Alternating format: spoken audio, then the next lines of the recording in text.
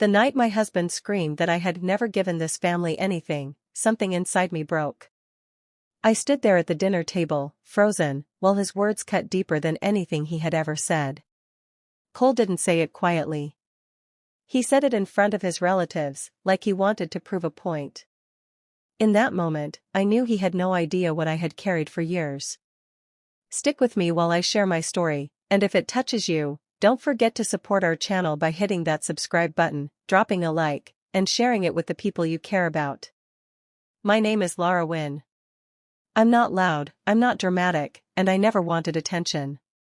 I always believed that if you loved someone, you supported them in every way you could.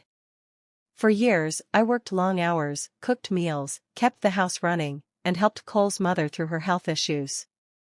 I didn't complain, even when I was exhausted. I believed marriage meant standing by each other. Cole didn't see any of that. When his small woodworking shop began earning good money, he changed. He acted like he built everything alone. He grew distant and cold, and I felt myself shrinking a little more every day. That night, when he called me a burden, I realized the man I married was gone. I didn't argue back. I walked outside, shaking, trying to breathe. I kept asking myself how someone I had supported for so long could twist everything and make me feel worthless. I didn't want to fight. I wanted to understand how we reached a place where he saw me as nothing. I didn't know it then, but that moment was the start of everything that came next. For years, I lived in a rhythm that never stopped. I worked 2 part-time jobs because our bills never seemed to ease, and Cole always said his shop needed time before it could earn enough. I woke up before sunrise, packed lunches, cleaned the kitchen, and hurried out the door so I wouldn't be late to my first shift. After work, I rushed home to check on his mother. She couldn't move around easily, so I cooked her meals, helped her with small tasks, and made sure she felt safe when Cole wasn't around. Every night, when the house finally quieted down, I handled the laundry, paid the bills, and planned the next day. I never thought any of it was unusual. I believed this was what a partner did. I believed we were building a future together, even if it meant I carried more right now. When Cole talked about starting his woodworking shop, he spoke with so much excitement that I couldn't say no. I used whatever savings I had to help him rent a small space. I found extra hours wherever I could, even when it meant coming home too tired to think. I told myself it was temporary. I told myself he would see how much I wanted him to succeed. But whenever someone asked how the shop was doing, he had the same answer: "It's all on me. I'm doing everything." He said it like he meant it. He said it like I was nowhere in the picture. I didn't correct him. I thought he was just proud of his work. I kept going, day after day, telling myself effort would eventually be seen. I didn't realize then how easy it was for him to forget the person holding everything together behind the scenes. When Cole's shop finally began bringing in steady money, something in him shifted. At first, I thought he was just tired from long days, but his tone changed in ways I couldn't ignore. He stopped greeting me when he came home. He walked past me like I was a piece of furniture. If I asked how his day went, he answered with short, sharp replies that made me feel foolish for even speaking. Soon, he started pointing out small things with a cold edge I had never heard before. If dinner wasn't exactly on time, he sighed loudly. If I didn't fold his clothes the way he liked, he acted as if it ruined his whole evening. It wasn't anger, it was something quieter and more cutting. It was disappointment, as if I had somehow fallen behind without knowing why. Then he began staying out late. He claimed he was meeting clients or checking on suppliers. At first, I wanted to believe him. But the way he avoided eye contact when he came through the door told me there was more to the story. His phone stayed face down. His excuses became vague. When I gently asked why he was home so late, he stiffened like I had insulted him. He called my questions nagging, even though all I wanted was honesty. One night, he came in after midnight, smelling like a place I didn't recognize. I tried asking where he had been, but he brushed past me, muttering something about stress. My chest felt tight. I didn't want to start a fight, yet it seemed like anything I said irritated him. It was as if he had decided I was the problem without telling me the rules had changed. I kept watching the gap between us widen, wondering when the man I loved had turned into someone I barely knew. Cole's family invited us for a small dinner, something they did a few times a year. I went with a tight feeling in my stomach because things between us were already tense, but I hoped being around others would calm him. For most of the evening, he barely spoke to me. He laughed with his brothers, joked with his cousins, and acted as if I wasn't sitting right beside him. When his mother asked how things were at home, I answered politely. Before I could finish, Cole cut in with a sharp tone that made the entire room go still. He said I did nothing useful and acted like I was holding him back. I stared at him, confused, hoping he was just frustrated and didn't mean it. But his face was hard, his jaw tight, and he kept going. He said I was nothing but a taker. He said I had never contributed a thing. His words hit me like a force I wasn't ready for. His relatives froze. Forks stopped halfway to mouths. Nobody dared interrupt. I felt every eye turn toward me, but all I could hear was his voice, rising louder and louder, like he needed the whole world to agree with him. I tried to speak, to explain, to calm the situation, but he didn't let me. He stood up, pointed toward the door, and told me I should leave if I had any pride left. The sound of chairs scraping the floor echoed through the room, but no one said a word. No one defended me. No one questioned him. I felt heat rush to my face, not from anger but from deep shame. My hands shook as I stood. I didn't argue. I didn't cry. I simply walked out, stunned that the man I once trusted could throw me away so easily in front of his own family.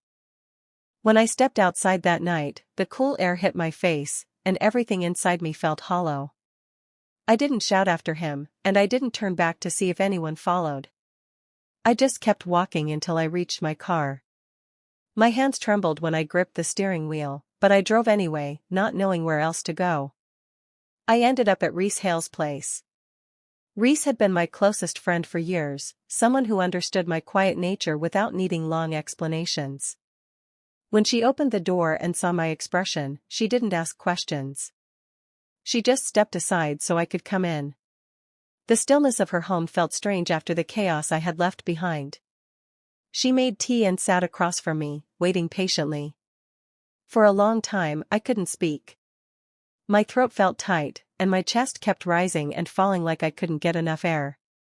When the words finally came, they came softly. I told her I felt empty. I told her something inside me had worn down long before tonight, and I hadn't noticed it until now. She listened carefully, not interrupting, not judging, just letting me talk. I admitted something I had never dared say out loud. I didn't feel valued in my own home. I didn't feel seen.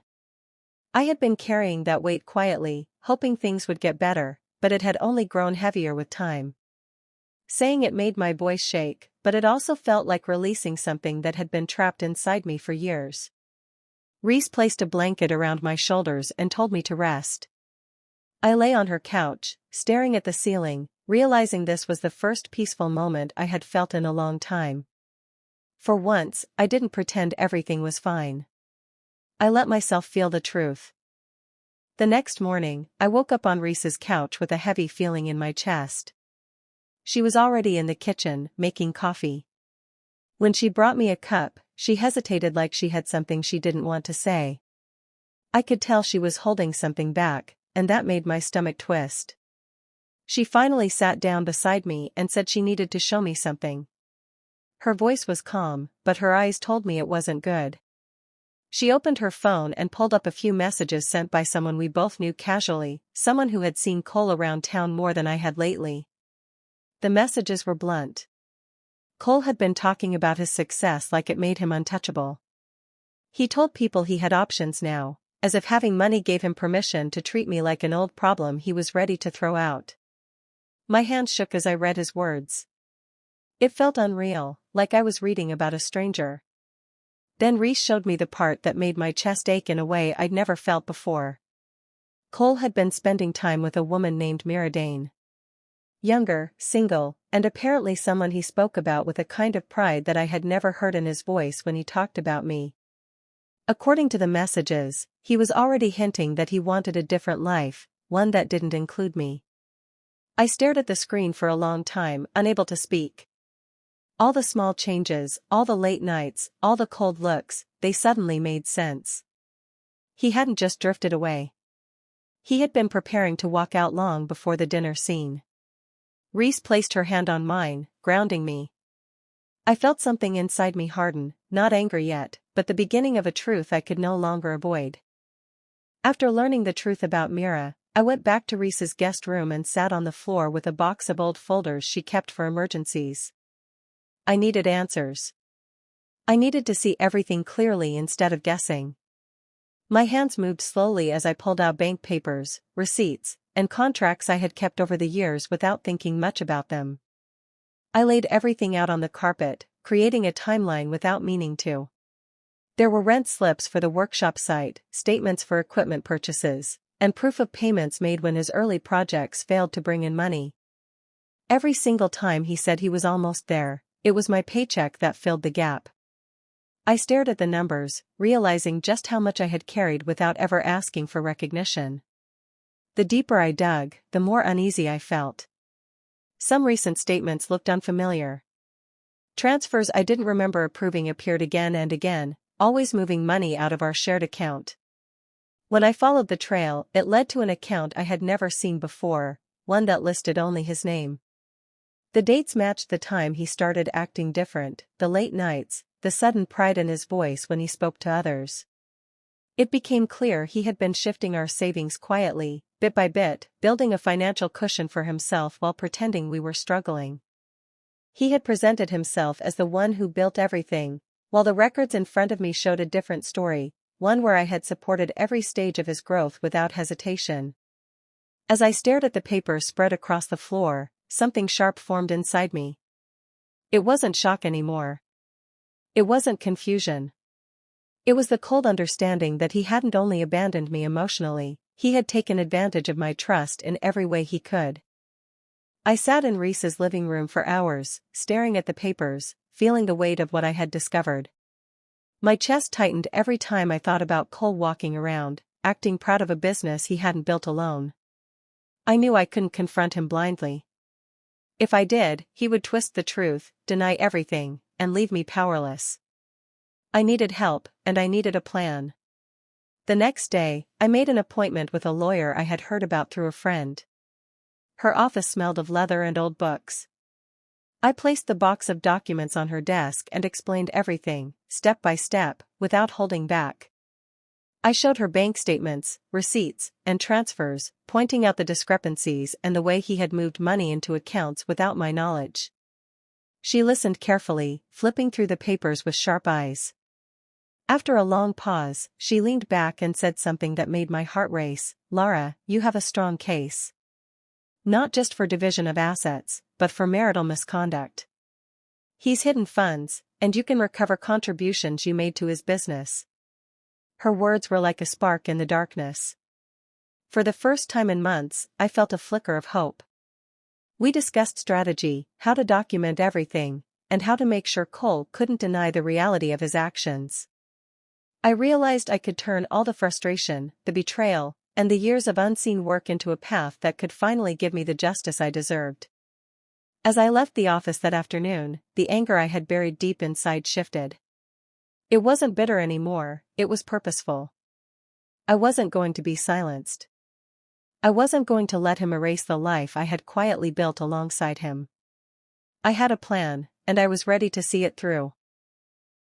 The day I returned to our house, the air felt heavy with the weight of everything that had happened. I walked through the front door carrying a small bag of essentials. Cole was sitting on the couch, scrolling on his phone, a smug smile spreading across his face the moment he noticed me. "Well," he said casually, leaning back, "Mira is moving in soon. I hope you're ready for that."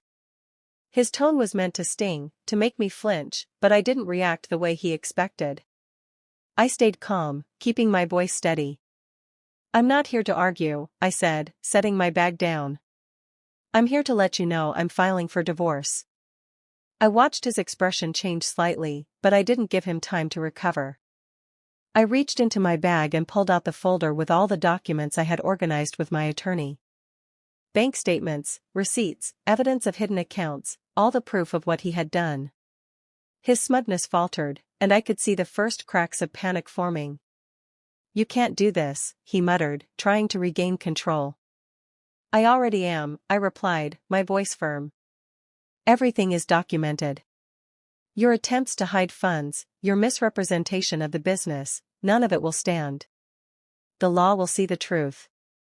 Suddenly, the confident man who had tried to humiliate me was gone. His shoulders slumped, and he avoided my eyes. The power he had clung to for months disappeared in an instant.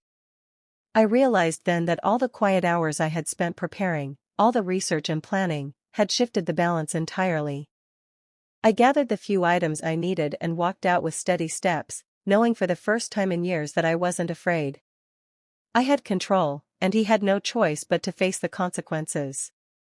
The courtroom was quiet, the air thick with tension as we waited for the proceedings to begin. Cole sat across from me, fidgeting, trying to appear composed, but I could see the unease in his hands and jaw.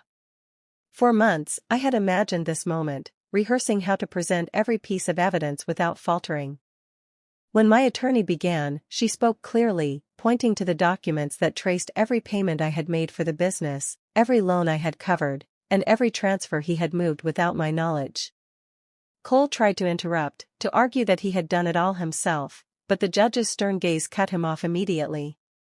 Piece by piece, the truth emerged. The numbers spoke louder than words. The receipts, statements, and contracts left no room for his lies. Even the witnesses who had once admired his independence could no longer deny my role. It became clear to everyone present that I had been the backbone of the business from the start. By the time the judge ruled, Cole's confidence had completely vanished. He avoided looking at me, his face pale.